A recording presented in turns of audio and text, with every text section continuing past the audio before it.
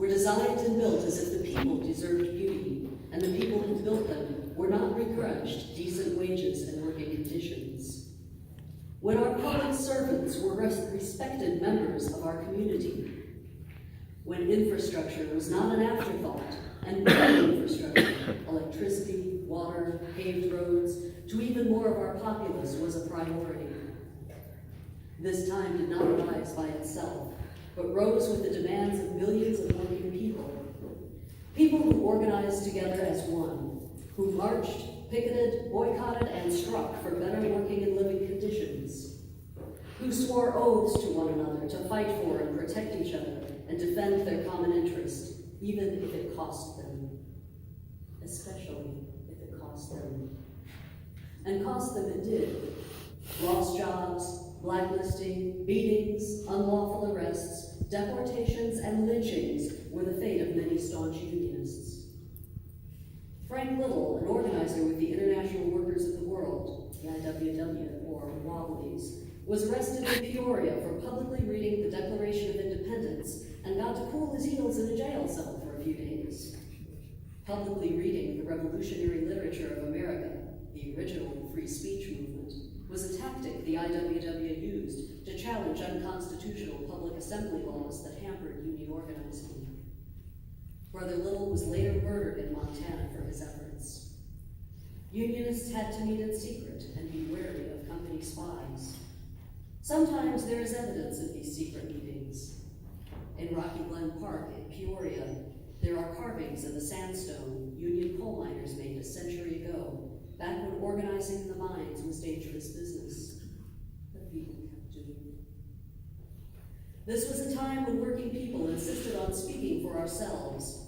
We chose our own leaders and had our own free press in multiple languages. Notably, the Haymarket Martyrs were among those labor leaders running bilingual newspapers.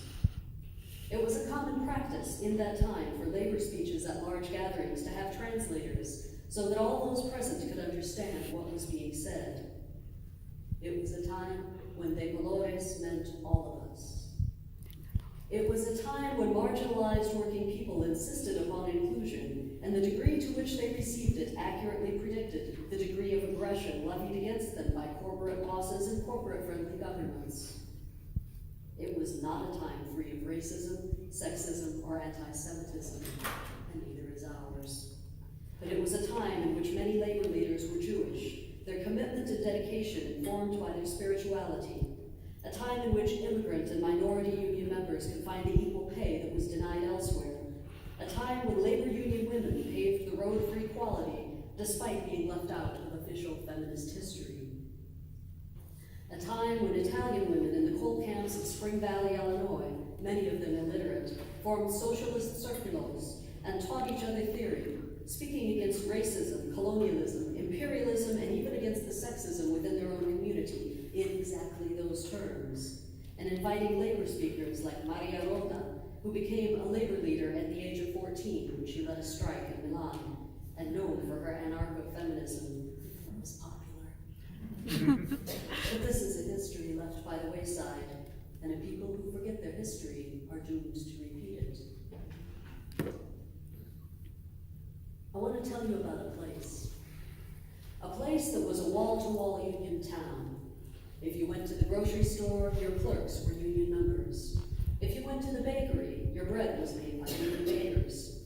Your meat was cut by union butchers and meat cutters. Your gas was pumped by union members. Union mechanics worked on your automobile.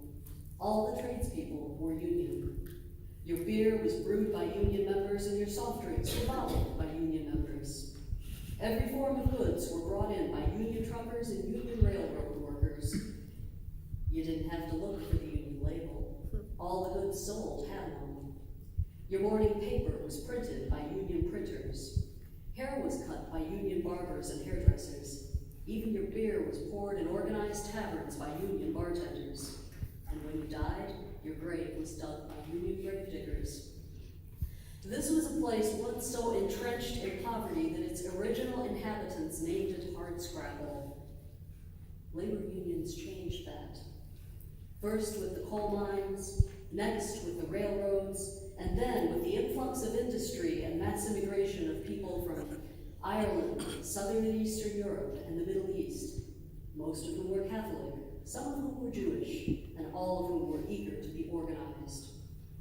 FDR's New Deal was very popular, and civilian conservation corps workers, one of whom was my great-grandfather, Poplar, built a neighboring state park, one of the more popular in Illinois. It was ably served for 18 years by a Republican state representative who was a former union president and who later served as president of the Illinois AFL-CIO. When his party moved away from supporting labor, he stayed true to his union principles, and when his party primaried him every election, his constituents kept electing him, as always. When I was a girl, a large sign greeted us at the entrance to town, noting that this was the glass container manufacturing capital of the world. It was a thriving community in every way. But then, supply-side economics had its time and had its way. Jobs left, people left. Young people left for school and the military, and there was nothing to return to. Grocery stores closed, shops closed, the municipal pool closed. Neighborhoods and streets started looking worse for wear. Burned out buildings often remained standing, unrepaired. Several years ago, it was listed as number 7 on the list of top 10 per capita homeless student population in the state of Illinois.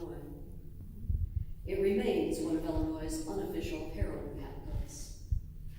The local prison, which by default became the largest area employer, was closed. The grade school my mother attended and where I completed the 2nd grade was shuttered last year. The hospital where my parents were born was demolished this year, refashioned as an emergency center to stabilize people before sending them to Peoria, Joliet, or Chicago. It remains a typical Rust Belt community, many things absent, grittiness intact.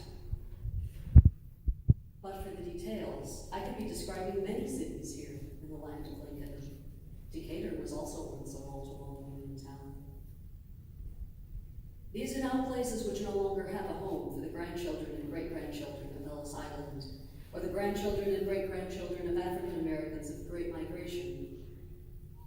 But yet, we persist, and still we resist. I want to tell you about a people. 2 years ago, I was working 3rd shift at the Nuke in this place. I was sleeping, and in semi-conscious 3rd shift rhythm fitful day sleep, I was semi-aware of sound. It was a measured, mechanical, almost metallic sound. Almost like a dysfunctional pump. A labored sucking, a click, a rattle, a long pause. Had it not been irregular, I may not have noticed it in the midst of my dreaming. The sucking, a click, a rattle, pause. Sucking, click, rattle, pause. And then I heard the screaming. Susan, call 911! Call 911! Oh my God! Oh Jesus! Oh no! I bolted out of bed, grabbed my phone. My cousin, who had been clean for a couple of years, had relapsed and OD'd. While I spoke with emergency services over the phone, and my aunt performed CPR and prayed to anyone who would listen to save his life, I took one look at his gray skin and just knew he was dead. There was no more sucking, just rattle and click, not too much of that. Fortunately, the Narcan worked. They walked him to the ambulance. But what does it mean to be medically stabilized when nothing else in your life is? What does it do to people when instability is the new normal? When the stable institutions in your community are packaged liquors and funeral homes? This is not the only time it was this way.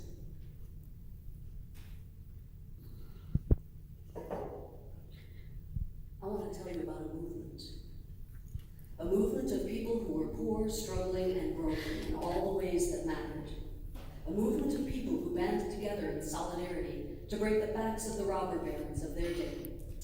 A movement that filled the streets of the cities of our nation. A movement that occupied their factories and sit-down strikes, that shut down railways, that organized to gain legislation that changed their lives and changed their world. A movement that had its own media and told its own stories. A movement that by and large was born and raised and had its greatest strength in the radical Midwest. This movement brought us weekends, all breaks at work, including your lunch breaks, paid vacations, the Family and Medical Leave Act, sick leave, Social Security, the minimum wage, Title VII of the Civil Rights Act, the 8-hour workday, overtime pay, child labor laws, the Occupational Safety and Health Act, a 40-hour work week, workers' compensation, unemployment insurance, pensions, workplace safety standards and regulations, employer health care insurance, collective bargaining rights for employees, wrongful termination laws, the Age Discrimination in Employment Act of 1967, whistleblower protection laws, the Employee Polygraph Protection Act, Veterans Employment and Training Services, compensation increases and evaluations, sexual harassment laws, the American with Disabilities Act, holiday pay, employer dental life and vision insurance, privacy rights, pregnancy and parental leave, the Pregnancy Anti-Discrimination Act of 1978, military leave, the right to strike, public education for children, the Equal Pay Acts of 1963 and 2011, and laws ending sweatshops in the United States.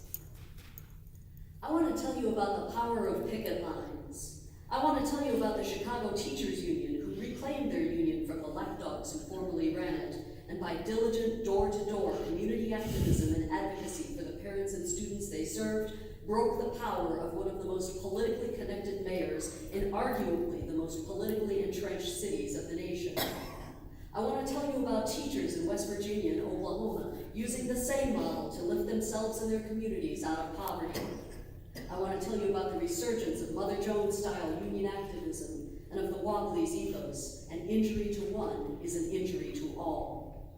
I want to tell you about the 100 Latino workers who walked off a job site in Indianapolis this August to protest racism from their manager, and about the African-American man who was fired for posting that video on YouTube. I want to tell you about the long and victorious fight to organize the Smithfield plant in North Carolina, one of the world's largest pork slaughterhouses in what is hands down the most anti-union state in the United States. I want to tell you about the push to organize the unorganized in the building trades, about trades councils tasked with making ties with community groups to fight for common goals. I want to tell you about the Gallup poll that states that 61% of the U.S. public now has a positive view of labor unions, and about the Pew research that shows that 68% of young people aged 18 to 29 who have a positive view of labor unions and would like to join one. I want to tell you about the 81,000 new union members in Texas of all states. I want to tell you about the 140 former Illinois publicly employed union members who rescinded their membership under the Janus decision, and of the 1,400 former Fair Share workers in Illinois who chose instead to become full union members post-Janus. I want to tell you about 2 generations raised on trickle-down economics, now discovering the New Deal, My FDR's generation. Second Bill of Rights, and the tax structure of the Eisenhower administration. I want to tell you about people who are fed up and no longer willing to wait for pie in the sky till we die. Damn straight. For it is time in this place